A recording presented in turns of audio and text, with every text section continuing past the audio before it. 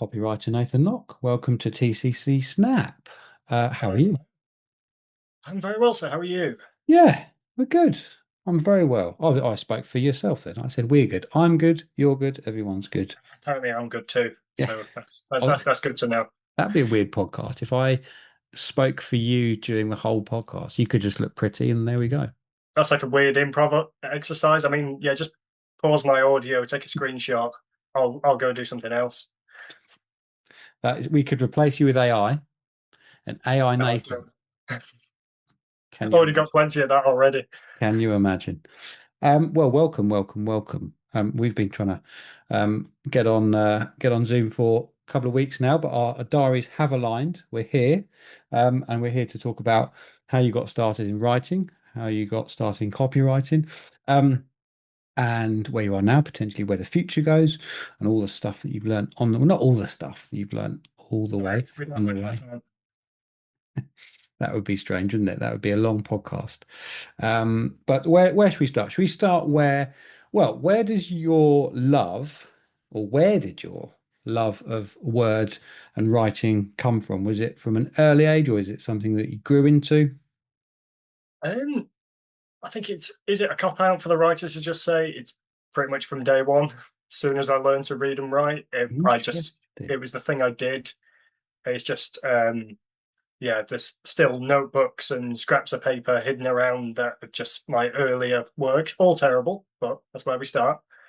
And yeah, English was always one of my best subjects in school. I was quite a shy, quiet kid, if you can believe it, and very much happy to curl up in a corner with a book. Love my fantasy, love that sort of thing, and that evolved. And yeah, eventually just started writing my own stories, very vivid imagination, and that translatable to school. Yeah, English always top subject of mine. Never quite got an A, but who needs one? Exactly. And yeah, that just kind of kept going. So I was meant to my plan when I was a teenager. I really wanted to get into acting, so I was taking acting lessons and things like that. And then came the time to pick my college subjects for AS level. And obviously, I tried to audition for drama, failed the audition, and had to take my backup, which was English language instead. And that was about the time in the acting lessons when I realized I'd rather write the scripts than read them. And so it kind of accidentally worked out perfectly because I absolutely loved English. I took that all the way to A level and was going to take it all the way to uni, do English and creative writing. But then I went for my open day at Bangor University, best uni, and met one of the tutors. And she asked me, oh, what course are you taking? And I said, oh, yeah, it's English and creative writing. She said, I imagine you're quite good at English, but do you love it? And I said, and she said, perfect answer. If you don't love English, don't take it at uni because it's going to be tough. You might do well, but unless you love it and you love everything about it, you'll struggle. And she said, come and take my course instead, which is just creative and professional writing. Turns out she was one of my tutors. And she said, yeah, it's a lot more creative focused. There's still some reading, you'll still enjoy that, but you cover all aspects of creative writing. There's nothing missed. You also get things like writing for game design, journalism, really useful things that I have used at some point. And then towards the end of my degree, I was doing a dissertation and I spoke to my dissertation tutor and asked, what do you do with this degree? It's creative writing. What kind of job should I be looking at post uni? And she had been a copywriter for 20 years. And she said, yeah, now's a great time to get into copywriting. It's the perfect 9 to 5 while you work on your own projects. Pick up a course, go for it, and see if you like it. And I did start with ad copy, didn't like that. Um, and then left uni, pushed trolleys for a while with my shiny new degree, and then eventually started freelance copywriting. And then after a year of that, snapped up by Manchester SEO, and 4 years of that in January, and now here we are. So long-winded, as you can say, it all kind of worked out on the writer's path, and Yeah. now copywriter full time and working on my own writing projects, just the way my dissertation supervisor said I would, and got very lucky. But I've also written a lot of stuff to get here. Why do you think you got lucky? It's just because copywriting's so tough, Okay. and it doesn't matter how good you are. Sometimes it is very much an experience game. And I started round about 2020, 2021.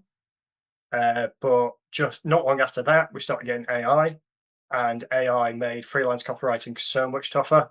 I'd been with the Manchester SEO for about a year by that point. So I'd escaped that. I kind of had that safety blanket of a company backing me up, people bringing in more work for me, and I didn't have to go out and find it myself. Hmm. So it was less pressure on the networking. But yeah, so my dissertation supervisor she probably isn't recommending copywriting anymore because AI is taking all those small jobs, which was how you gain the experience to then maybe get headhunted or make it a business. But I feel for any copywriter who's still trying to do it on their own now because it was always tough, always competitive, and now you've got AI taking away the little jobs as well. So is that I wasn't going to mention AI because I think it's a subject that is quite boring in some ways. Not the subject isn't boring, but the fact that everybody's talking about it and everyone's projecting about futures and this and that. But as but what you said there is quite interesting, is that AI is taking certain jobs. So the Yeah. small, okay.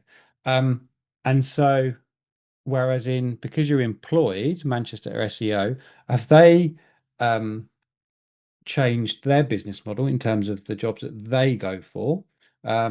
And if you were freelance right now, like I didn't realize you were freelance for a year before being employed. Yeah. Would you completely have changed your strategy, I suppose?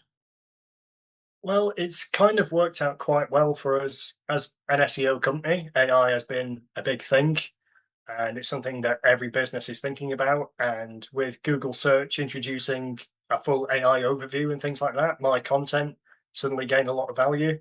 because now we went from, oh, just try and get in the frequently asked questions and just make good content to now we've got to get in that AI overview. So it's made me busier than ever.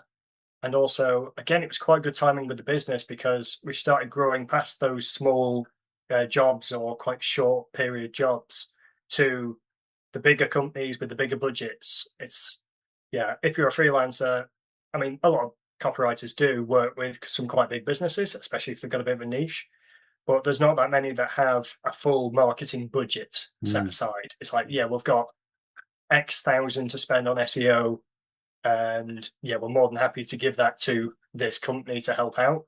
Whereas if you're just a sole trader, that's very tough. And freelance never really suited me that much. I think I'm quite good at working within a team, always Okay. have been. As much as I retreat into my cave to actually get the writing done, very much a collaboration where I'm set up with a client, I have a lot of regular contact with the client, and I also work with our head of SEO. He's saying, right, this is the sort of thing we need to promote. Here are your keywords. Uh, yeah, they handle all the uploads for me, so I can just focus on the writing. And yeah, it's something I think maybe I could learn to love freelancing, but I think, especially at the moment, I'm not sure I'll be able to stick with it for that long.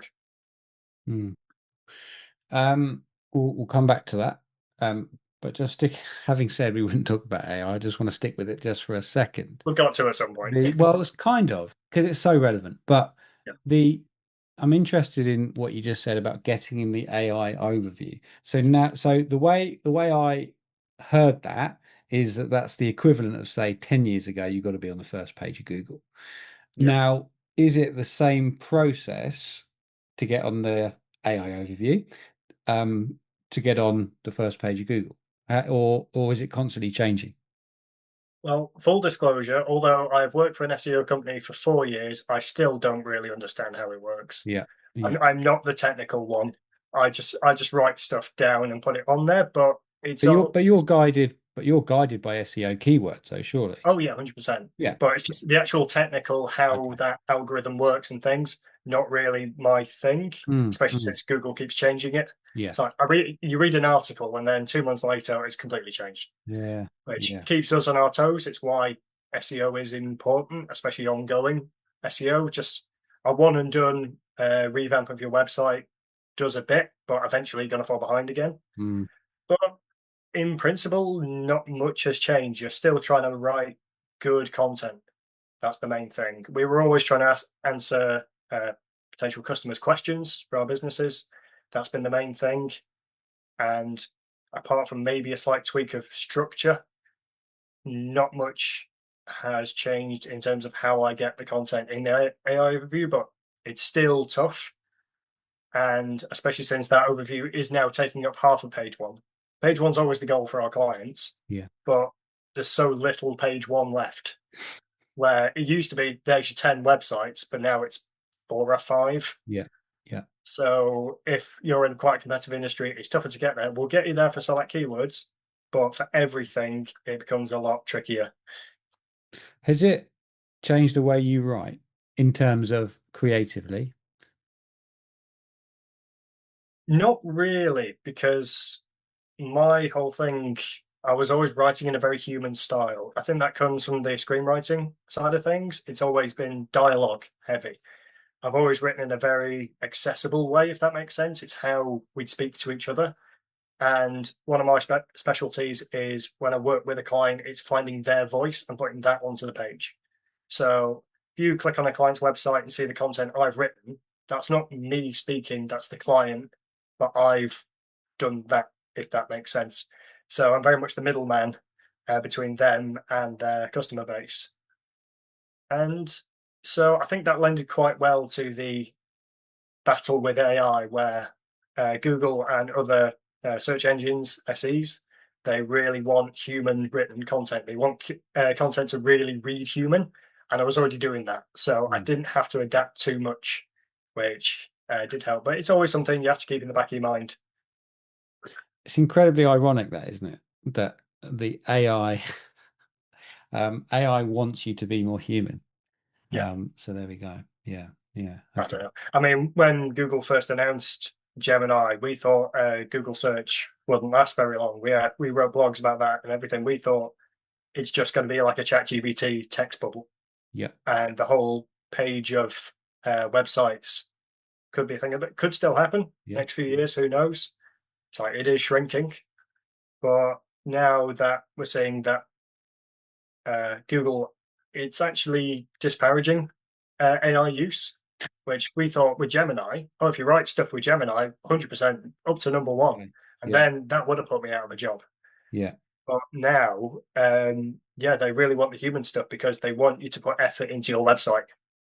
They really want more content, new content, and they want it to be good. But that, if you actually think about it from Google's point of view, that does make perfect sense because there's more and more people that are seeing AI. I'm seeing loads of stuff at the moment. I know it's a different kind of thing. I'm seeing loads of things at the moment about the backlash towards AI posters, which literally Oh are yeah, the worst thing that you've ever seen. they all look the same. I mean, they're All just exactly the so same. bad. They're so bad. But but if everybody had the equivalent of that copy on a website or just a website, people wouldn't go on Google as much, would they? Or they'd go to other. So it does make sense that the human stuff that is going to engage humans is going to be the well-written content. So they're going to push that more. So it does. It sounds when you say it counterintuitive, but it's actually not, is it? Yeah, Yeah. and it's funny you mention other search engines and people using that because for the first time ever since we've been working, we've actually seen people move from Google. It was always Google has 99% of the pie, and then you've got your Bings, your DuckDuckGos, and all that. Mm, But we're starting to see those other ones picking up a little bit. I think people are genuinely frustrated at Google search okay. because I know we're technically part of the problem. It's like it's SEO that gets you up there and Mm, brand recognition, but I'm making good content for that. It's like mm, the mm. the pages you find on page one should be good enough. Yeah. And as Yeah. long as you're scrolling past the AI overview and the ads and all that, there's value to be found. Um, but yeah, I think it's the first time where they've not dropped the ball because they've gone from 99% share to 97. Mm. I don't think they're going out of business anytime soon. But yeah, but people are really preferring other search engines and they're leaning into that, and it's something we're always keeping in mind. yeah. We say to clients, right, we'll optimize you for Google. That's number one, but we'll make sure that things are good on Bing and the other ones as well. Yeah, you're starting to hear a bit more in sort of common language rather than I'll Google it, I'll chat Yeah, GPT it or whatever, that's coming in more and more and more, I'll ask Claude or whatever. So it's times are a changing. yeah, But what's reassuring actually, and I know potentially people that are maybe just starting out now, that'd be even harder, and they haven't got and they're not an established self-employed person, that could be really, really difficult. But what is reassuring is that still good content, good copy, will have the rewards. yeah. And then I suppose it's about getting that message across to people rather than um, you completely relying on AI. Still, the human touch is going to be the best way forward, isn't it? Yeah. But And I think it's settling down to a nice point where people are starting to see that, oh, you can use AI as a tool, mm, but it's not doing the job for you. So yeah, I occasionally fire up ChatGPT and just say, give me 10 blog ideas for this client. And I'll maybe take two of them, rework the titles, and it just gets gears turning. yeah, yeah, And it's the same thing I do just with a Google search bar. And the rest of the team, because of the technical side, they use AI a bit more than me. yeah, I think Claude's the current favorite. I yeah, hear all about it. And um, and I think it's good for clients as well because sometimes the clients they send me AI written stuff and they say this is the sort of thing we'd like. Can you do this? But obviously, do it. Don't just put the AI because if you copy and paste some AI content onto your website, you're just hurting yourself. yeah, It's as simple as that now. yeah. But I usually prefer to work off a blank page, but sometimes having something to work off Mm, does help as well. And as long as the client's checked through, it's all got the right information on there. I'm more than happy to work with that. So again, that's using it as a tool. Maybe that's the best way forward. yeah, yeah. Um, okay, so AI, we've ticked that, we've solved Tick. that, so that's good. Yeah. Wasn't going to speak about it, spoke about it a lot, but no, I do It find it. I do always find gets brought up. Yeah. I'm Well, just you used to brought it it. up first, so Oh yeah, I'll fully take the blame. this is not on me. But so something that I'm quite interested about talking to people in the creative industry is about how they keep the love of what they do outside of work. So for a lot of people, not everyone, but for a lot of people, they've chose to set up a business because they've turned a hobby into the business. So they love the hobby, they turn it into business. And then over the years, it can become a bit of a grind. And actually, they can fall out of love. And sometimes, and I'm guilty of this as well at times, is if you're from my point of view, if you're holding a camera all week, actually, come Saturday or Sunday, you probably don't want to pick up a camera until until you have to on the Monday. But we, I've over the last few months, we've been kind of working together on a side project, and I've seen firsthand how, firstly, good you are in terms of script writing and how quick you are as well. So my question is, how, despite writing all week, um, what draws you into other projects, and how do you keep the fire burning? I think the key for me has always been diversity. I'm more than happy to write for 8 hours a day, but if it's about the same things over and over and over again, that's when it starts to drag me down. Because as much as I try to mix up my writing style, at the end of the day, I'm following a set structure. I'm using the same keywords. It's usually about a similar topic. So I have clients where I write about the same topic every week on the same day, usually in the same couple of hours.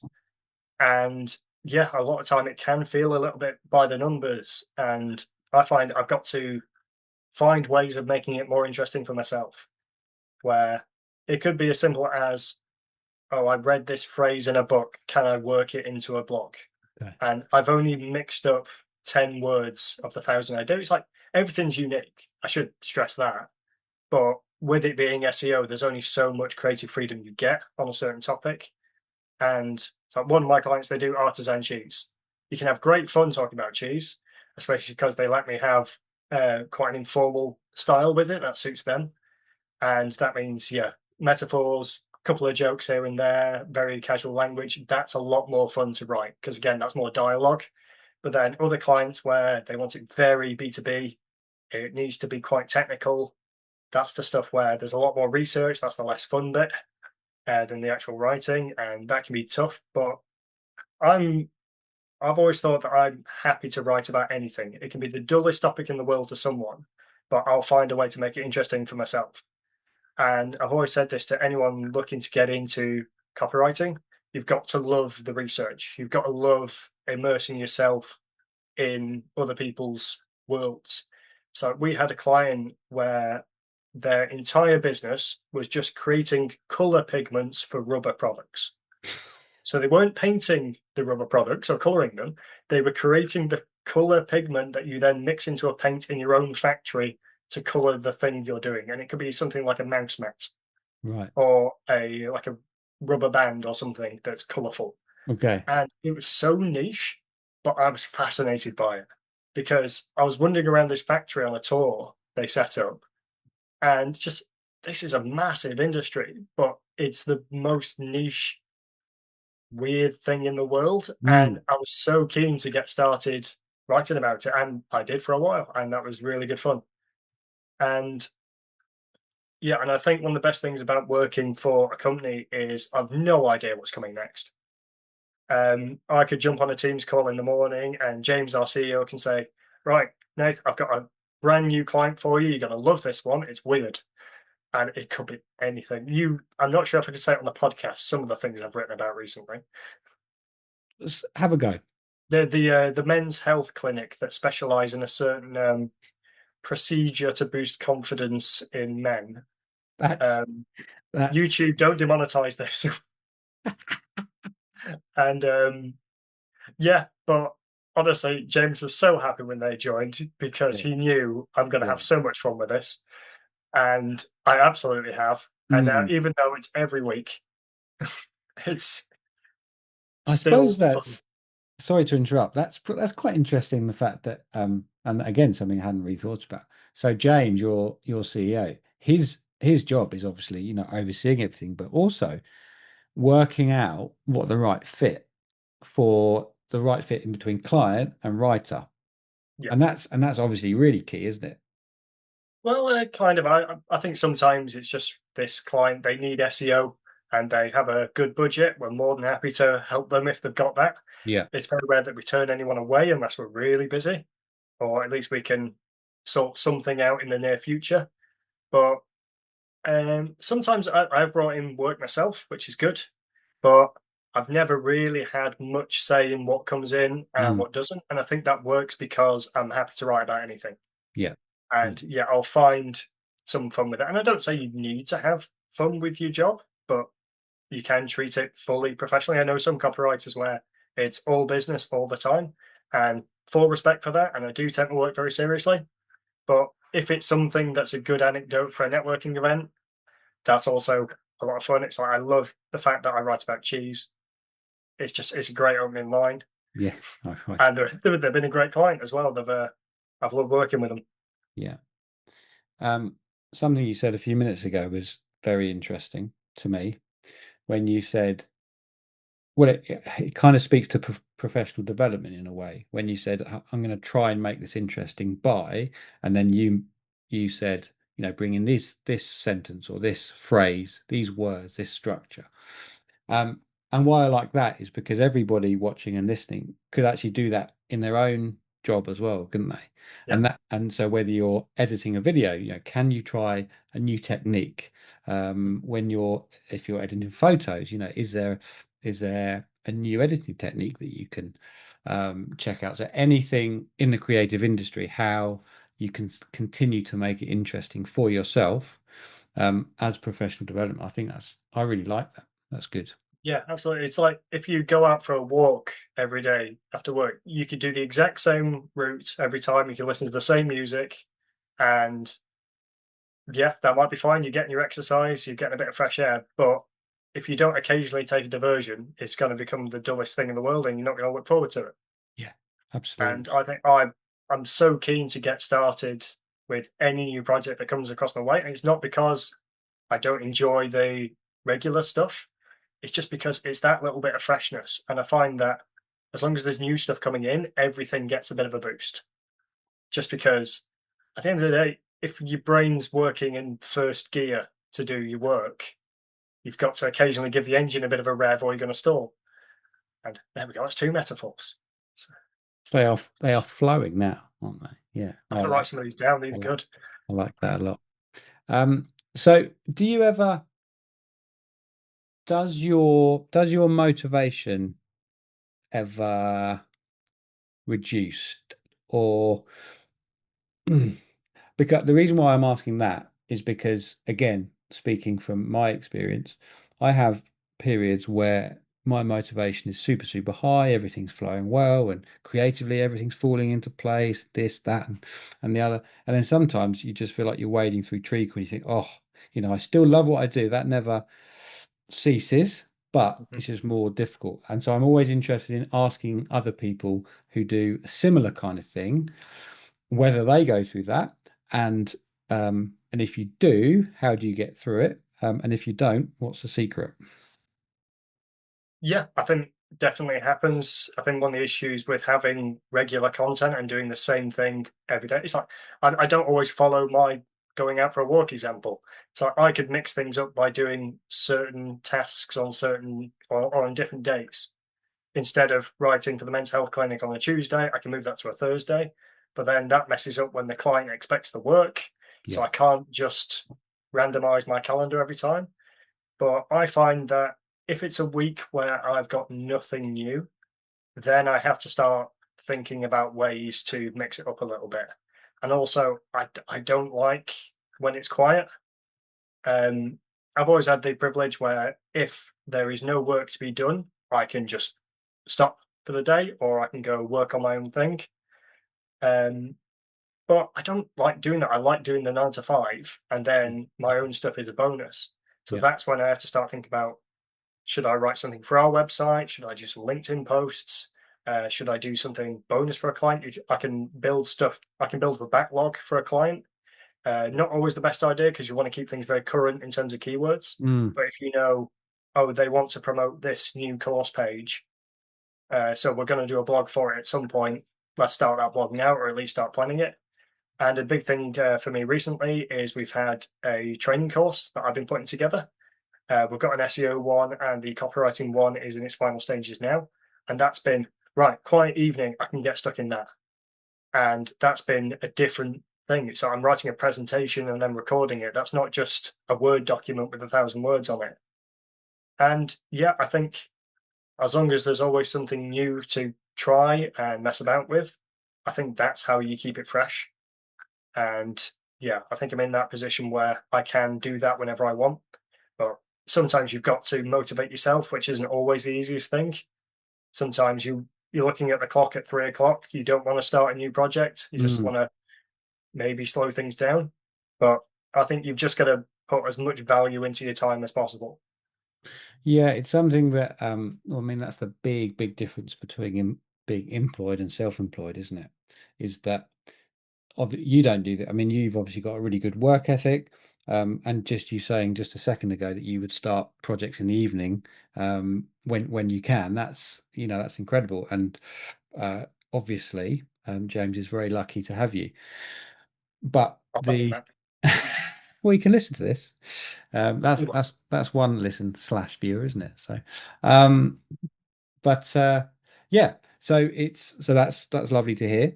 But the big difference is can be, it gets to 3 p.m. like you said, and if you are being paid whatever happens until 5, well, and you can slow it down, human nature is you're just going to slow it down potentially. yeah, Um, but keeping and whereas if you're self-employed, you don't do the work, you don't get paid. So it's great to hear that despite it potentially being a bit easier for you to take the foot off the gas at 3 p.m., it's that you don't because it's seemingly, there's always something to learn. There's always over the years, the love of the written word hasn't changed. That's what you do. That's literally what you do, which is lovely to hear. yeah, and yeah, I do think as well. It's just yeah, it's like it's nice to self motivate sometimes, but that's a lot easier when you know you're going to enjoy whatever it is you do. It's yeah, if I'm more than happy just to dive into a new blog because I think, oh yeah, I want to do this. And then it gets so much easier to motivate. But if it's something you don't enjoy that much, if it's something that feels like busy work, then it's so much harder to motivate. Mm, mm, And but that's why I think um but I do have a rule on that where I don't work on side projects during company hours. Um, if it's my 9 to 5, I'm doing something for that 9 to 5. I'm doing something for Manchester SEO, even if that's something like networking related, like LinkedIn posts and things. Technically, that's just for me and my brand, but it's all in favor of the company. And I think that separation of 9 to 5 and side projects really is good yeah. because I think if it bleeds too much together, I might spend like all morning thinking about something I can do later. Whereas instead, I should focus and get on with that. And I think that's one of the only tricky things about having a lot of side things to work on is yeah, you can't favorite it. Obviously, I'm going to enjoy my stuff more than something I do for a client, Mm, but I've just got to make sure that everything's getting as much focus as possible and yeah, nothing's being rushed or skipped. yeah, yeah. And the nice thing about that is that if you were self-employed, it would be exactly the same attitude. So whether you're employed or self-employed, I think you personally would have exactly the same um, attitude and work ethic because that's just sort of who you are and you love what you do. So that's great to hear. Yeah, I think yeah, Jude said it on the podcast episode. It's difficult to separate work from home life when you're self-employed. Mm, mm, Whereas I kind of got that. It's like very much it's not a strict clocking in, clocking out, yeah. but it's very much this is my work time, and then right at the weekend I'm going to have technically still a work time, but that's my hours then. And yeah, and I do think really hammering that home and setting boundaries for yourself Mm, is important. yeah. Well, I think that's a good place to end, Nathan. That was a cracking chat.